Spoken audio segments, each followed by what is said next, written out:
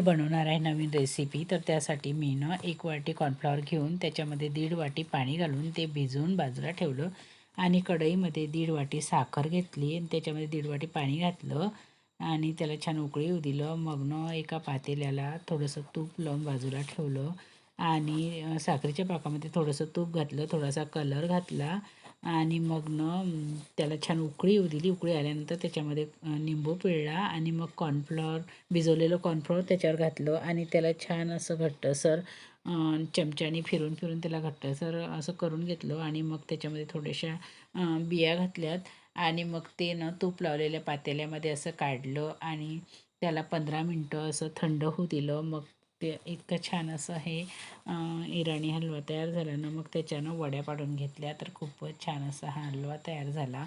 खायला पण अगदी टेस्टी. तुम्ही पण करून पहा आणि लाईक शेअर आणि सबस्क्राईब करायला विसरू नका.